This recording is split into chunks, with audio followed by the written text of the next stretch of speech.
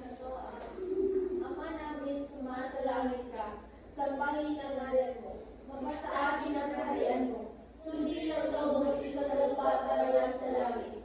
Bigyan mo kami ng makain sa araw-araw, at patawarin mo kami sa aming mga kasalanan, gaya ng pagtawad namin sa kasalanan sa amin. At huwag mo kami ipahintulot sa totoo, at iadaan mo kami sa lahat ng masama. Amen.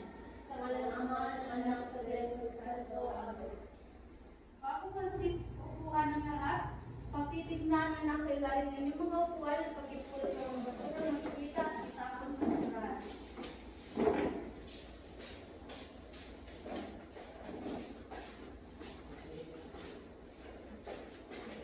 Maaari nang umupo ang lahat. Ngayon ay magtatanggal muna tayo sa mga liban. Wala lang bang liban sa klase? Wala po! Mahusay. Ngayon, ipapakilala ko muna ang aking sarili. Ako nga pala si Binibining Jane Ashley Tilimeo and maaari mo kong tawagin Binibining Jane. Bago magpatuloy sa ating talakayan ay ilalahad ko muna ang ating alituntunin sa loob ng silid-aralan.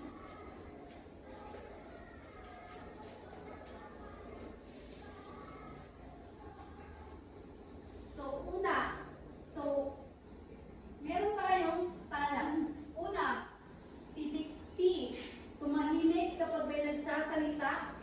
A, ayusin ang gamit at paligid. L, laging magpakita ng respeto. At panghuli, letter A, aktibong makilaw sa aralin.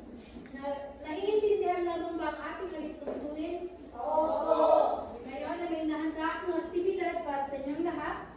At hatiin ko kayo sa apat na pangkat at bibigyan ng isang envelope na nagsasaad ng isang sitwasyon.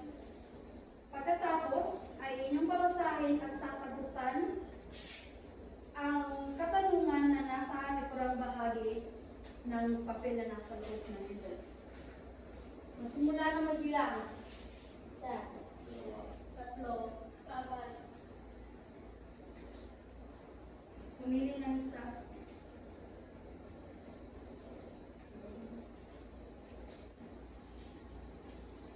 Meron lamang kayong 2 minuto sa pagplano ng inyong mga sasagutin.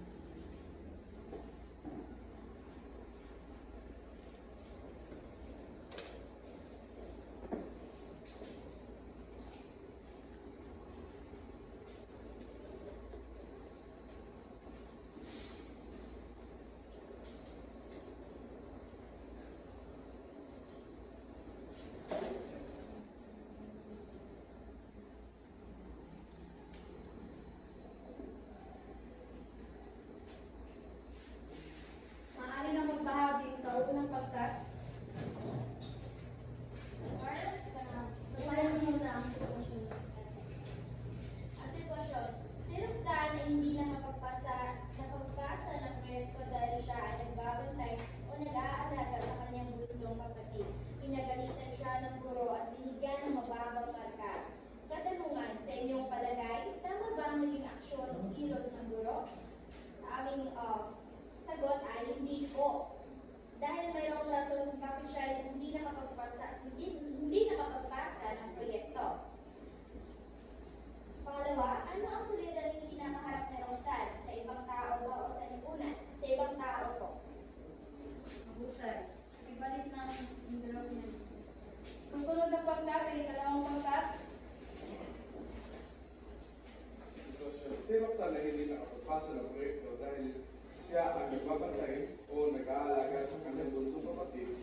Sinagalitan siya ng guro at binigyan ng mababang marka.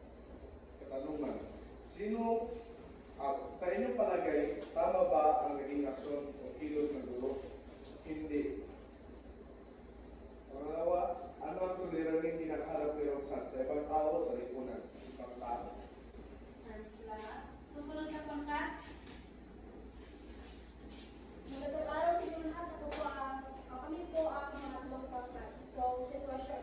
Si Roxanne ay hindi nakapagpasa ng proyekto dahil siya ay nagbantay o nag-alaga sa kanyang bunsong kapatid. Pinagalitan siya ng guro at binigyan ng mababang marka. So, unang katanungan.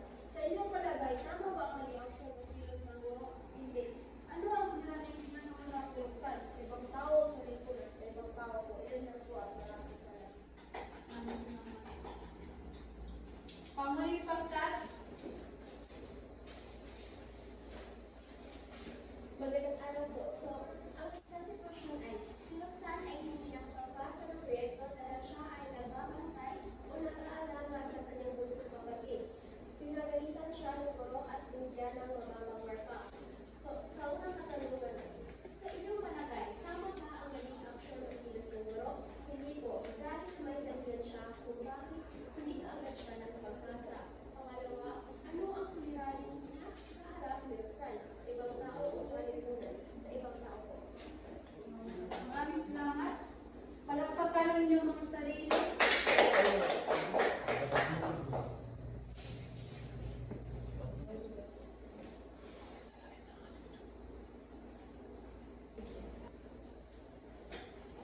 Ngayon, idadako tayo. Sa inyong mga palagay, ano ang kinalaman ng ating ginawang aktibidad sa ating paksang tatalakayin? Maaari niyo bang sagutan, Binibining Rosal? Sa iyong palagay, ano ang kinalaman ng ating aktibidad na ginawa sa ating paksang tatalakayin? Tungkol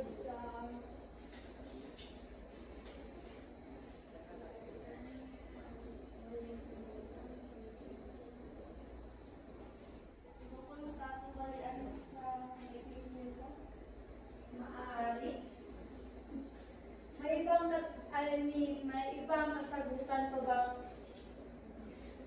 maaari kong matanggap? Ikaw, Binibining, sabi mo ba? Para po sa akin, pareho lang din po sa kanyang sinagot ang paglalagyan ng kaibigan. Husay, tama. So ngayon, handa na ba ang lahat na mapunaan ang inyong mga katanungan na nasa inyong mga isipan? Oo. Ngayon, ipapakilala ko sa inyo ang ating paksang tatalakayin. Ito ay tungkol sa apat na uri ng tunggalian sa maikling kwento. Bago ang lahat, ay dadako muna tayo sa ating mga layunin. So, pagkibasa sa lahat. Pagkatapos ng isang oras na talakiyan, ang mga mag-aaral ay naasahang na naibibigay ang apat na uri ng tunggalian sa maikling kwento. Nakakasulat ang sariling opinyon batay sa nauunawaan sa paksa. Nakapaglalat at nagbabawa sa bawat uri ng tunggalian sa maikling kwento. Nakalilikha ang sariling maikling kwento na gamit ang isa sa mga uri ng tunggalian.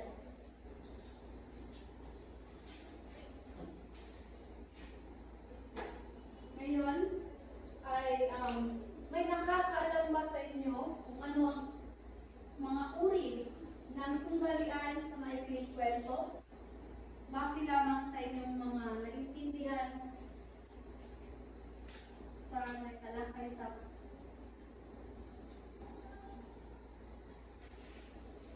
Para po sa akin, ang tunggalian ay tao laban sa tao, tao laban sa hayop, tao laban sa kalikasan, tao laban sa tao. tama. So, may iba't ibang uri ng tunggalian sa maikling kwento, pero ang ating tatalakayin ngayon ay ang 4 na uri ng tunggalian sa maikling kwento na muna. Una, pakibasa. Tunggalian ay malalaman ng isang kwento at ng pamalitan sapagkat ito ay bibigay sila direksyon sa takbo ng istorya. So, unang uri ng tunggalian ay tao laban sa tao. Pakibasa, Pinipiling Sudarya. Tao laban sa tao. Ito ay uri ng katabas na tunggalian kung saan ang pangunahing tauhan ay may salungatan sa ibang tauhan. Maaari lang po, umupo, salamat. So, tao laban sa tao, ibig sabihin ito ay salungatan ng pangunahing tauhan sa ibang tauhan. So, halimbawa ay ang Florante laban kay Adolfo sa Florante at Bawala. So, ikalawang uri ng tunggalian ay tao laban sa sarili. Pakibasa, Ginoong Yanggo. Tao laban sa sarili. Ito ay isang panloob at tunggalian na nagaganap sa isipan o ng daming ng tao. Okay. Ang tao laban sa sarili ay ang ibig sabihin ay ang tauhan ay may personal na laban sa kanyang damdamin, isipan o konsensya. So, in English, tao laban sa sarili, in English, internal conflict. While ang tao laban sa tao ay, in English, is external conflict. So, tao laban sa sarili, halimbawa ay Resisto Ibarra sa Nolime Tangere. Kung saan nagdadalawang isip siya kung ilalaban niya ang reforma o gagamit ng dahas. Pangatlong uri ng tunggalian sa maikling kwento ay tao laban sa kalikasan. Pakibasa, Binibining Salibumba. Tao laban sa kalikasan. Makikita rito ang hinaan ng tao sa harap ng natural na kalamidad. So, tao laban sa kalikasan ay nakikipaglaban sa likas ng pwersa ng kalikasan. Halimbawa, tauhan sa kwento ng Tata Selo, kung saan naaapektuhan ng tagtuyot at kahirapan sa bukid. Naintindihan niyo lang ba? Opo! So, sa panghuling uri ng tunggalian sa maikling kwento ay tao laban sa lipunan. Pakibasa ulit, Binibining Sudarya. Tao laban sa lipunan. Karaniwan ito isyo ng diskriminasyon, karapatan o katarungan. So, ibig sabihin, tao laban sa lipunan ay ang tauhan ay lumalaban sa maling paniniwala, tradisyon o sistema ng lipunan. Halimbawa, gaya na ni Andres Bonifacios sa mapang-abusong sistema ng kolonyalismo.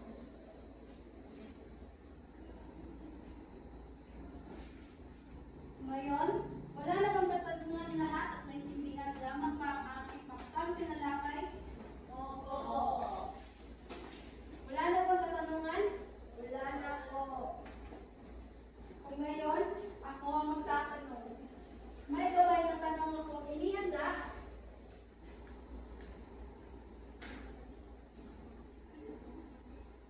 Pakibasa. Ano ang pagkakaiba ng apat na uri ng tunggalian sa maikling kwento? May makakasagot ba ng tanong?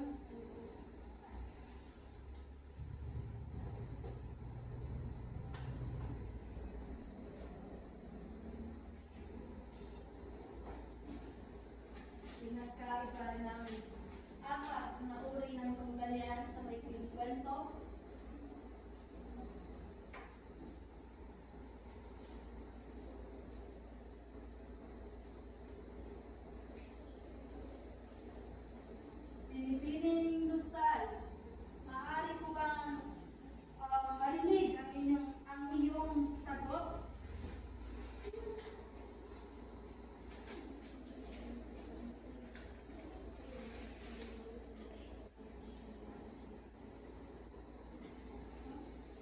nga ulit ang apat na uri ng tunggalian sa may kwento. Ito po ay tao laban sa kalikasan, tao laban sa sarili, tao laban sa tao, at ang panghuli ay tao laban sa butis. So, ang tanong, kayong palagay, ano ang pinagkaiba ng apat na uri?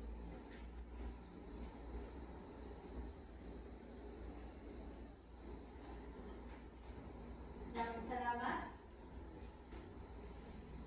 So, ikalawang tanong, anong uri ng tunggalian na madalas niyong nababasa sa mga kwento? Pinipiling sa likod ba, maaari ko bang marinig ang iyong kasagutan? Ang madalas ko pong nababasa sa kwento ay panggaliang tao laban sa tao. Maraming salamat. Sa panghuling katanungan ay babasahin ko na lamang at hindi ko na isali dito. So, sa panghuling tanong, paano nakakatulong ang pag-unawa sa tunggalian upang mas maunawaan ang damdamin at motibo ng mga tauhan? Ulitin ko, paano nakakatulong ang pag-unawa sa tunggalian upang mas maunawaan ang damdamin at motibo ng mga tauhan. Ginugong Ralph, paano nakakatulong ang pag-unawa sa tunggalian upang mas maunawaan ang damdamin at motibo ng mga tauhan?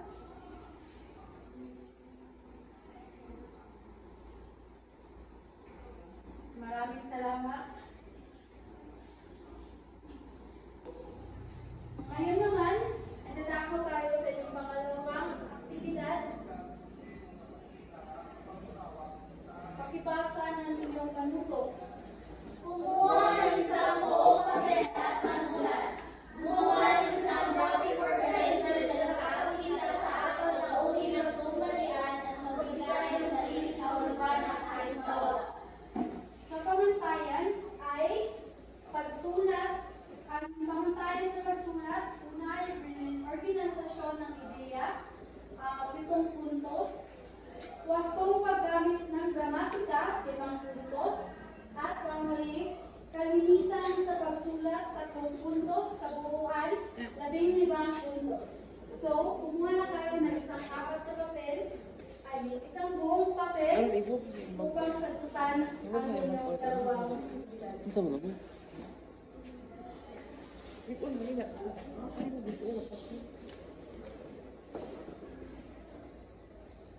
Bibigyan ko lamang kayo ng 2 minuto